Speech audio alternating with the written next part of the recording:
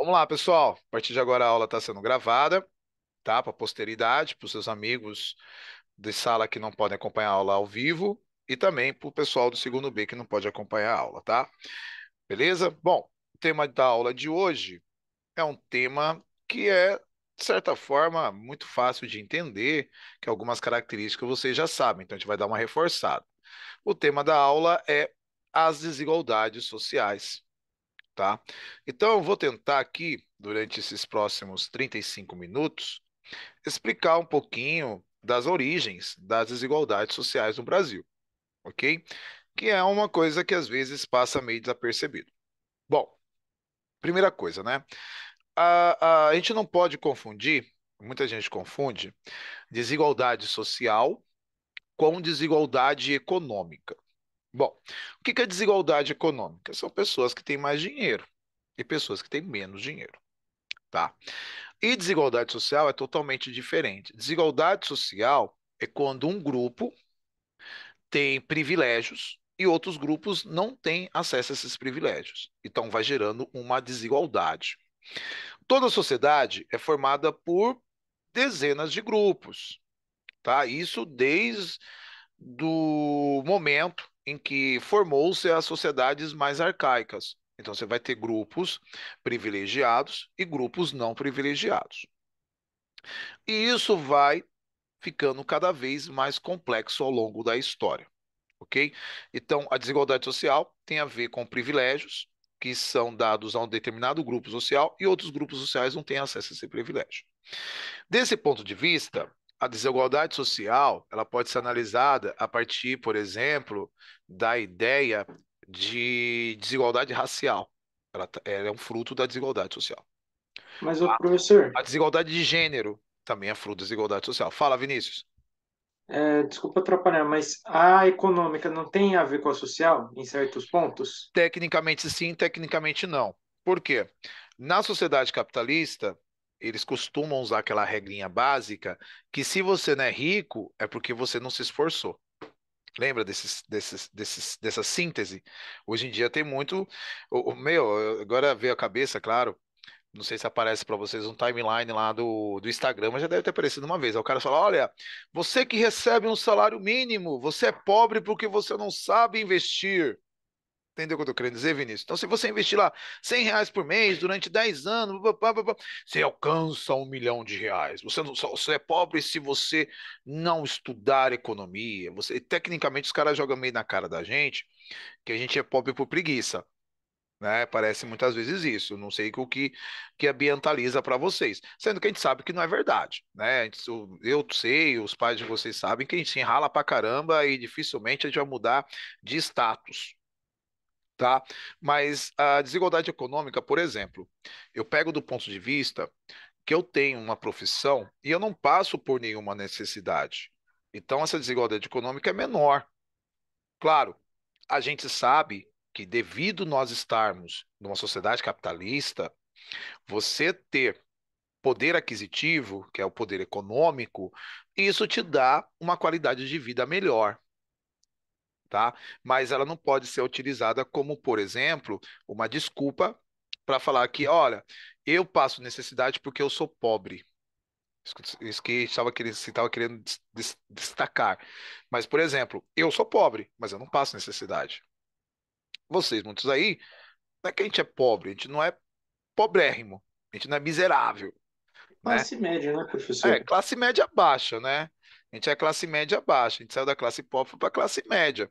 Tá? Só que muita gente sopra a cabeça, já, eu sou classe média, então, e aquela coisa, de vez em quando a gente pode abusar, comprar uma coisa mais cara, etc e tal. É que no Brasil, essa desigualdade social não é medida muitas vezes pela necessidade que as pessoas passam, e sim pelos objetos que elas têm. É isso que sobe muitas vezes a cabeça. Então, muitas vezes a pessoa tem uma casa, ela tem um carro, ela tem determinado níveis ali de bens, e você fala, mas aquela pessoa é muito humilde, né? Ela não tem coisas caras. Ela não passa necessidade nenhuma, né? Então, desigualdade social é diferente de desigualdade econômica, tá? A desigualdade social no Brasil, aí é meio que chovendo molhado, né? Eu vou dar um exemplo para vocês. Por exemplo, Qual é o país mais rico do mundo? Estados Unidos. Dá para ver isso aí pelo produto interno bruto. Todo mundo sabe como que funciona, né? Primeiro vem Estados Unidos, depois a China, Japão. Nessas características aqui, em 2016, o Brasil tinha o sétimo maior produto interno bruto do planeta. Ele estava na frente, por exemplo, da Itália. Ele estava na frente do Canadá. Ele estava na frente da Austrália, tá? E aí, uma coisa que alguns são alunos meus desde os 7 anos já devem ter ouvido eu falar algumas vezes. Por exemplo, o Brasil é um país rico. É um país rico, porém com muita desigualdade social. O Brasil não é um país pobre, tá? Por quê? Porque o nosso PIB é menor, por exemplo, do Canadá, que tem um dos melhores IDHs do mundo. Então, o que que na verdade acontece com o Brasil tem a ver com outros aspectos, tá? Mas, por exemplo, a gente não pode falar que riqueza acaba com a desigualdade, tá? Os Estados Unidos também, que é o país mais rico do mundo, ele não tem o melhor IDH do mundo, tá? E assim por diante.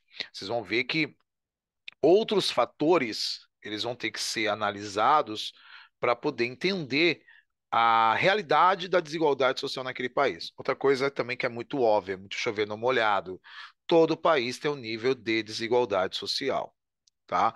Desde o país mais desenvolvido até o país mais pobre, o que vai aumentar, vai diferenciar é a quantidade, é o grau de desigualdade.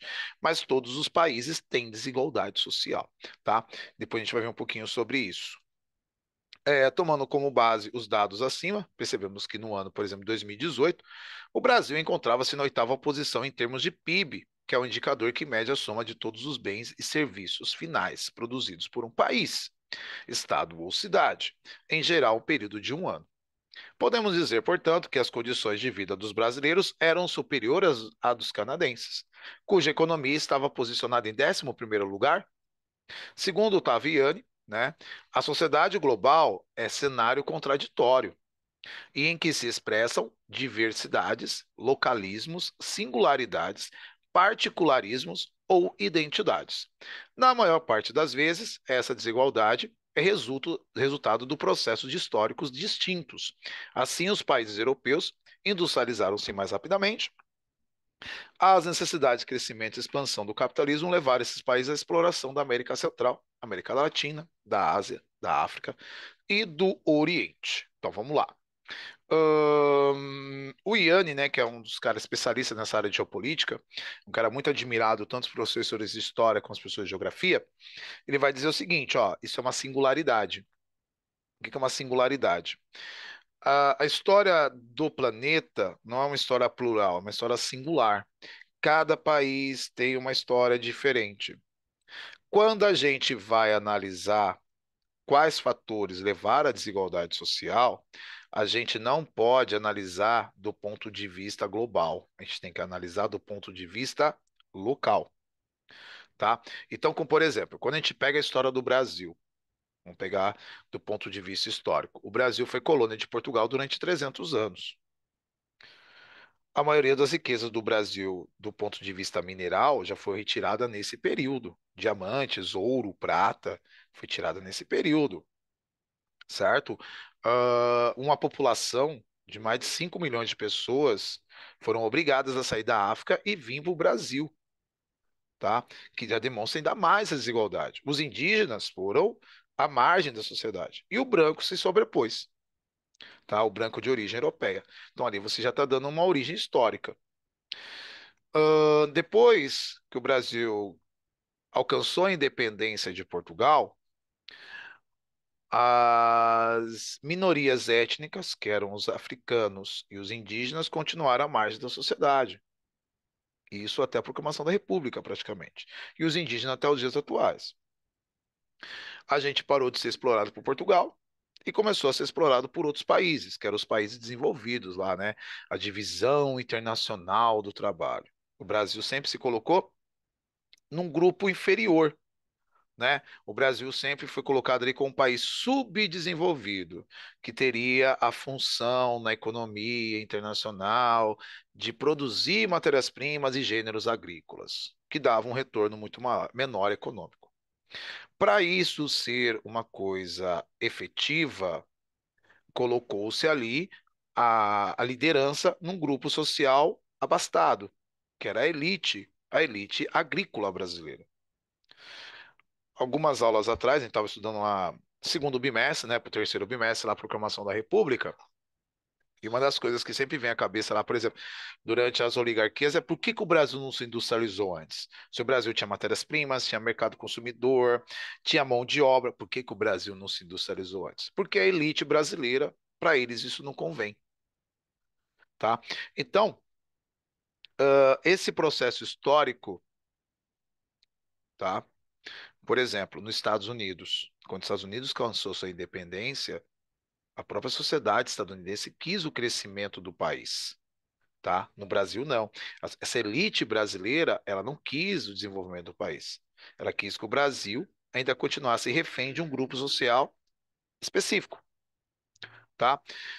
Outra coisa que é muito também diferencial do Brasil, né? A boa parte dos brasileiros, eles não entendem sobre política. Então é comum nós falarmos que a sociedade brasileira, num ponto de vista geral, não toda, mas geral, é analfabeta política. O brasileiro, ele vota por obrigação e não por necessidade, tá? É diferente a obrigação e a necessidade. Tudo bem? É muito diferente, tá? Quando você vai por obrigação, você está indo porque você tem que ir, senão você vai ser penalizado. Quando você vai por necessidade, é um caso que, se você não fizer aquilo, aquilo vai te prejudicar. Mas, de um ponto de vista muito mais amplo. Então, é necessário fazer aquilo. É que nem beber água. Muita gente não gosta de beber água, mas é necessário. Então, você vai lá e vai beber água. Não é obrigatório. Você pode beber refrigerante, você pode beber suco, você pode beber outro tipo de bebida, mas é necessário beber água, mesmo que você não goste, tá? E aí você vê a falta de importância, muitas vezes, que o brasileiro dá à política. Por quê? Um povo que vota mal vai ter péssimos representantes. E isso vai sendo reproduzido ao longo da história do Brasil. Tá? A cada geração que passa, você vê uma quantidade absurda de pessoas que votam errado, tá? Gente, quando eu falo votar errado, não quer dizer que as pessoas têm que votar no político que eu voto, tá? Deixando isso bem claro, e que você tem que ter argumentos para poder votar. Eu já falei isso várias vezes com vocês. Eu não me importo muitas vezes com em quem vocês irão votar, mas que vocês tenham um voto consciente, tá? Votem ali com uma ideia de que vocês estão tenha consciência se aquele político, se for eleito, ele vai contribuir para a melhoria do Brasil, né? Então, quando o povo for mais consciente, aí as coisas vão melhorar muito. Eu estava vendo uma entrevista de um ator brasileiro, que é o Pedro Vasconcelos, ninguém vai saber pelo nome. É aquele cara que fazia o Agostinho Carrara na Grande Família. Hoje em dia ele mora em Portugal. Resumindo lá uma parte da entrevista dele, ele falou assim: Meu, em Portugal, você não precisa ter o melhor carro, porque você tem as melhores estradas. Você não precisa ter as melhores, a melhor mesa, porque você tem casas boas. No Brasil, não. O brasileiro, por exemplo, ele quer ter o melhor carro, mas ele vai usar aquele carro em péssimas estradas, tá? Então, muitas vezes, ele é até bom em objetos, mas o que o governo lhe dá é muito de péssima qualidade. O que que ele quis dizer com isso, né?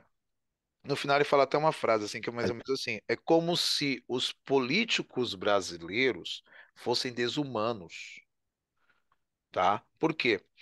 Os políticos portugueses pensam mais na sociedade e isso gera uma melhor qualidade para a sociedade. A mesma coisa no Canadá.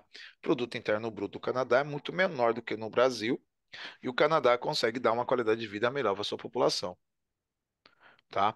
Então, a mesma coisa se faz em Portugal, em países europeus. Então, os políticos são mais humanos, né? É como se os políticos brasileiros fossem desumanos, porque quando esses caras roubam da educação, quando esses caras roubam da saúde, quando esses caras roubam lá da habitação, quando esses caras roubam da segurança, eles estão matando milhares de pessoas indiretamente e estão causando cada vez mais desigualdade social. Só que os políticos que nós temos há um processo histórico. os políticos que nós temos representam a classe dominante. E essa classe dominante, ela não se preocupa com a sociedade como um todo. Porque a sociedade também, ela não dá importância à política. Então, quanto menos elas se importam com a política, mais espaço para essa classe dominante poder se perpetuar no poder é criado, tá? Então, isso é uma das origens da desigualdade social no Brasil. Bom, vamos voltar aqui, senão eu vou me perder nas explicações e vai ficar um pouquinho chato. Bom, deixa eu pular aqui e para uma parte mais importante, tá? Aqui ele está falando sobre, por exemplo, as características que definem IDH, né? Só lembrando vocês, né? O IDH a gente mede expectativa de vida ou longevidade, educação, né? E renda per capita, tá? Então aqui, por exemplo, ele vai fazer uma característica, uma comparação entre a longevidade em alguns países. Por exemplo, uma criança nascida em 2017 no Afeganistão, que é um país extremamente pobre, passou por períodos de guerra hum, nos últimos anos, tinha expectativa de vida de 51 anos. Em Ruanda, um país pobríssimo também, da África, passou mais de 30 anos em guerra, 64 anos e meio. Na Alemanha, a expectativa de vida de uma criança é de 80 anos, nascida em 2017.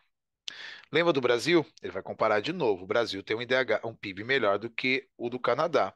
Só que, por exemplo, a expectativa de vida de uma criança assim, em 2017 no Brasil era de 74 anos.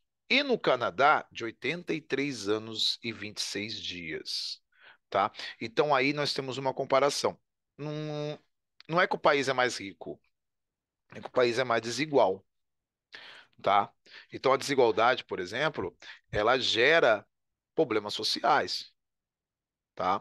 Quando a gente fala um pouquinho sobre, por exemplo, sobre longevidade, a gente está falando, por exemplo, de critérios ligados à saúde, né? Por exemplo, as pessoas têm mais acesso a médico, a remédios, a uma alimentação melhor, né? E assim, por exemplo, uma educação de saúde mais abrangente.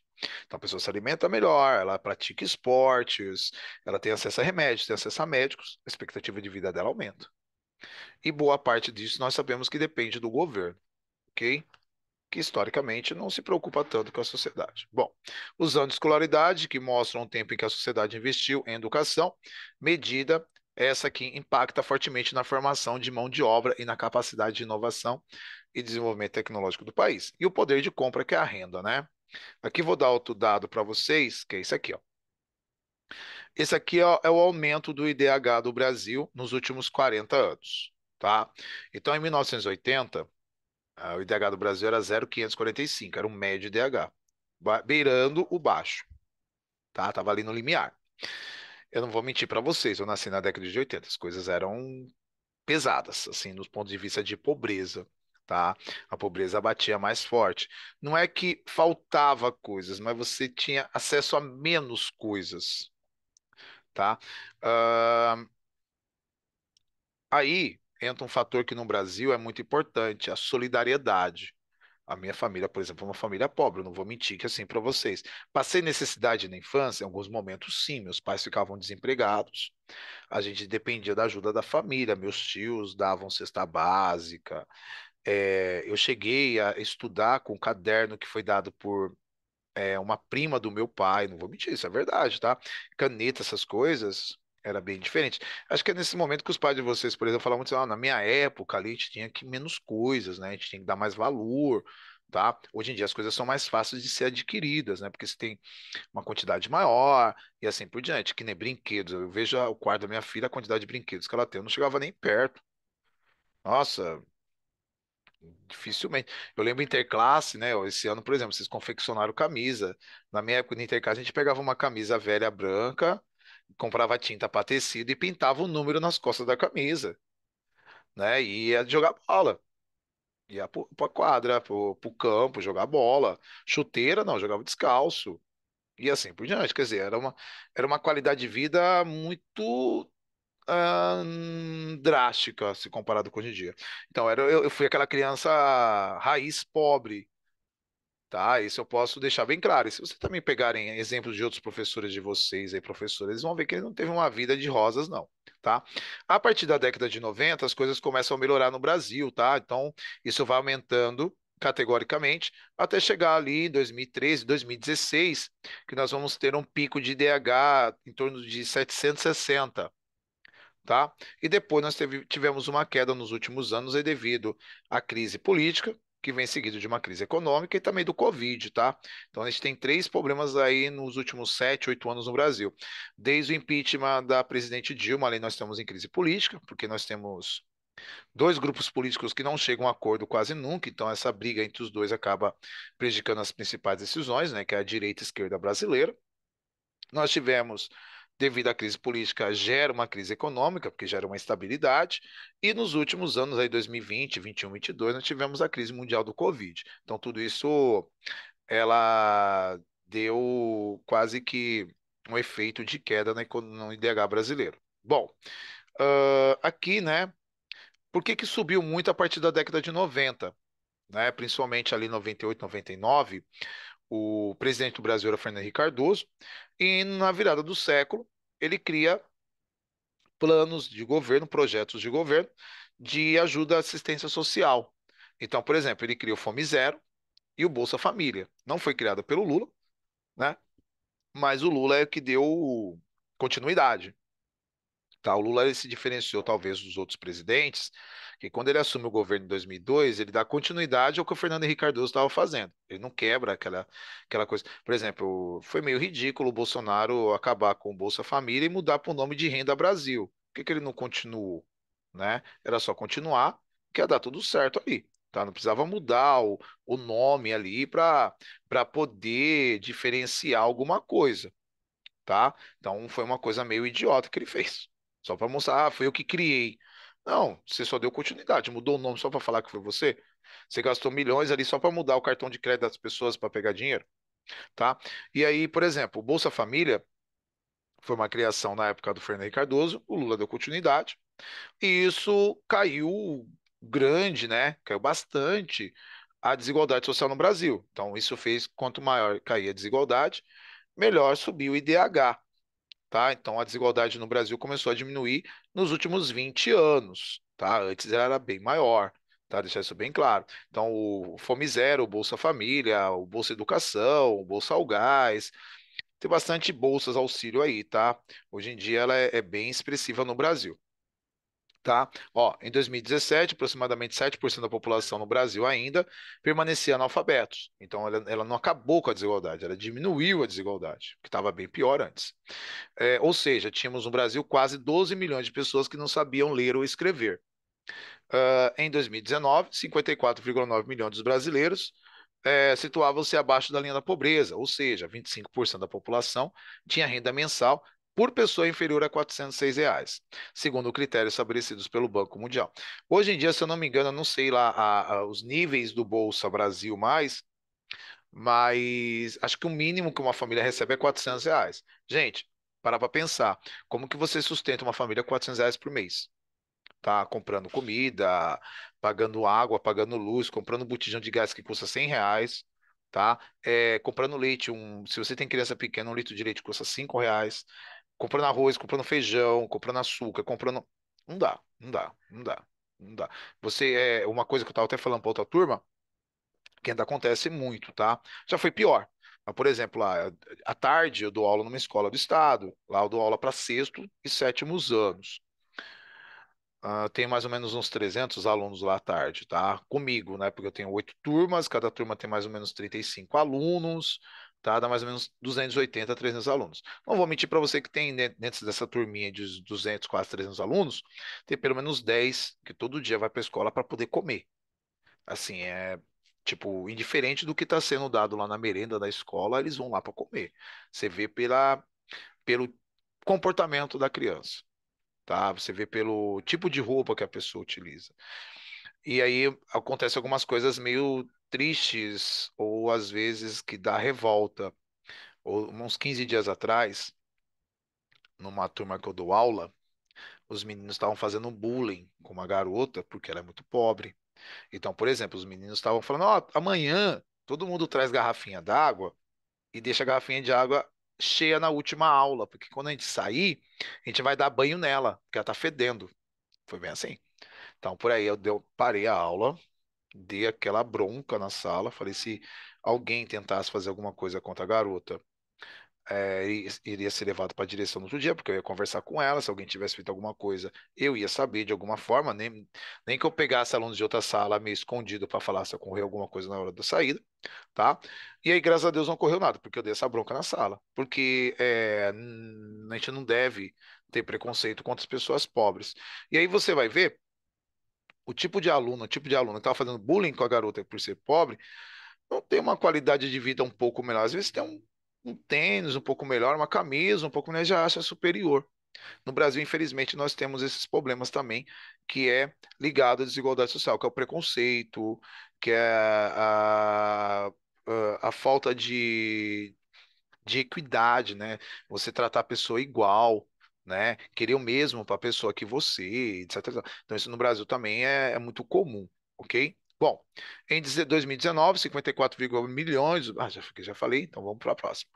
Acabamos já. Bom, ó, aqui uma comparação, tá certo que essa comparação é em 2017, não está atualizado. Mas, por exemplo, quando a gente compara IDH do Brasil entre homens e mulheres, o Brasil fica atrás do Uruguai, ficava atrás, né, do Uruguai, da Venezuela e da Argentina, aqui na América do Sul, e na frente do Paraguai e da Bolívia, tá? Tanto os homens quanto as mulheres. Quando a gente ia para a expectativa de vida, a mesma coisa. Tá? O Brasil ficava tanto na parte dos homens quanto na parte das mulheres. O Brasil tinha uma expectativa de vida menor do que no Uruguai, que na Venezuela e na Argentina. Sabe o que é muito louco? Quando você vai para a média de estudos. Olha que louco. A Bolívia, que é um país que ela tá ali, país marginal, né? Um país que está em um grau de dificuldade econômica muito baixo. Lá a média de estudos, tanto para o homem quanto para a mulher, é maior do que no Brasil, tá? E isso comprova aquela ideia que eu falei antes sobre os políticos, tá? Você pega, por exemplo, na Bolívia, mulheres, em média 8 anos e 2 meses de estudo. No Brasil, 8. Homens no Brasil, 7,7 anos estudados. Na Bolívia, 9,7 os homens. Tá? E aí, muitas vezes, você vê até brasileiros tendo preconceito contra os bolivianos também. E aí você vê que no país deles, né, no país de origem desses bolivianos, a educação é levada muito a sério, mais a sério que pelo menos no Brasil. Tá? Se a gente compara, então, com os outros países, dá mais de um ano de diferença, às vezes. Tá? Na Argentina, 10, na Venezuela, 10,7. E aí você vê os caras falando, não, então vai lá para Venezuela, lá, tá passando fome. Tá certo que é 2017, a gente não pode falar dos últimos 6 anos, mas pelo menos até 2017, na Venezuela, o tempo de estudo era maior que no Brasil, tá? Então dá para notar aí que esses países, por isso que os números deles em muitos critérios são melhores do que o Brasil, tá? Bom, Professor, oi, fala. é uma dúvida minha.